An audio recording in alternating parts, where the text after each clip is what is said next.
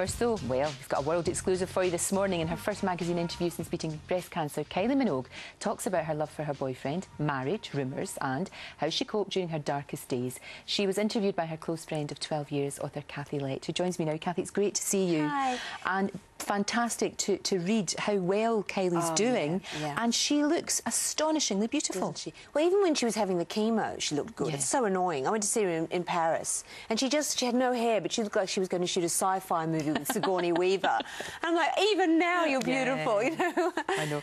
No, she does look absolutely gorgeous. And these photographs, were they... Who took the photographs? Who sorted Karl it all? Lagerfeld in Paris. Yes, she's very eccentric. I went over for the shoot and we had a great time. Look at those photos, aren't they amazing? Yeah, she's beautiful. Absolutely amazing. She really looks full of life and well. She does. I keep saying to her, could you just get a pimple now and again and make the rest of us feel, you know, better about ourselves? Gosh. Well, you've known her for ages. I have. And you've known her for a long time. Has she changed at all, or is she just still the same person? This has changed her a bit. I would say beforehand she could never do anything spontaneous without a warning. Her schedules were so, you know, tight. Yeah. But now she's enjoying life more. She's having that extra glass of wine. She's staying up a bit later and partying. She's finally getting that balance she wanted between work and home and private life. That kind of harmony, which has eluded her for so long. And her boyfriend, of course, is gorgeous. And he's been terrific, though, hasn't he? He's really stood by her. She says he's the most honourable man she's ever met. He cancelled work to be with her. Right. He put off film projects, everything.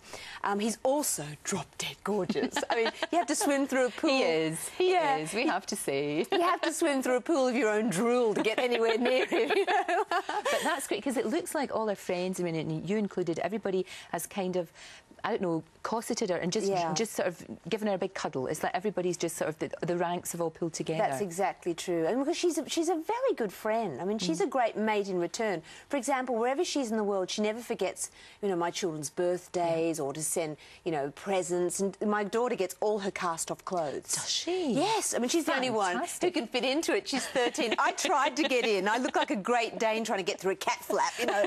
But there's one little Dolce & Gabbana skirt with knickers that has a social life all of its own, because all the teenagers up and down the street borrow it. They all made it. The dress gets out, the wee skirt gets out more than everybody else. That's fantastic. Yeah. And her close family as well. They've been very, very good, haven't they? The Minogues are such a close-knit family, and I think that's what helped keep her buoyant. Her mum moved to Paris for 6 months during the treatment to be with her, and her dad's a very down-to-earth, grounded guy. I mean, for example, when I first met him, you know, about 10 years ago, he was at my house, and I said, Ron, how's it been in London? Have you been to the theatres? Have you been to the galleries? And he said, Kath, since I got here, I've been defrosting the girls' freezers with a hairdryer. The state of those girls' freezers, you know?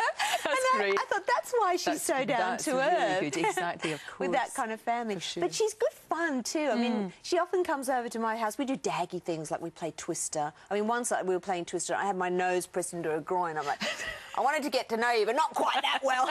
You know, we did one day, it was a really horrible rainy day in February, and we were all miserable, you know.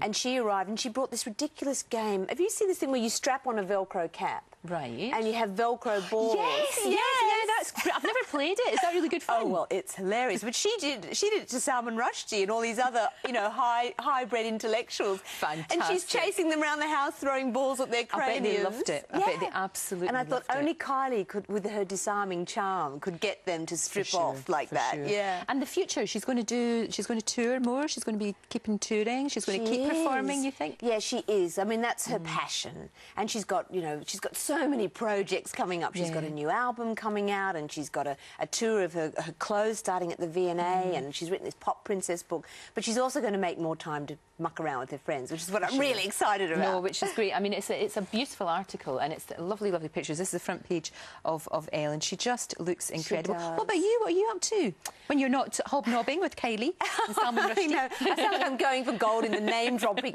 Olympics, you know. But I've just written a book called How to Kill Your Husband and Other Handy Household Hints. Lovely. And when's that out? It's just come out. Oh, excellent. So that's out now. Will that be good for Christmas? Well, it's all about how, you know, men always say they'd like to help us more around the house, but they can't multitask. And I think, I bet they could multitask at an orgy. They wouldn't have any trouble then. Interesting. Interesting. Oh, you need to come back and tell us about that. I'd love to. Kathy, thank you so much for telling us that. It's so nice to see you. And Lorraine sent you all her... Kylie sent you all her love. Oh, God bless her. Well, same back. Thank you very much, Kathy. Thank you.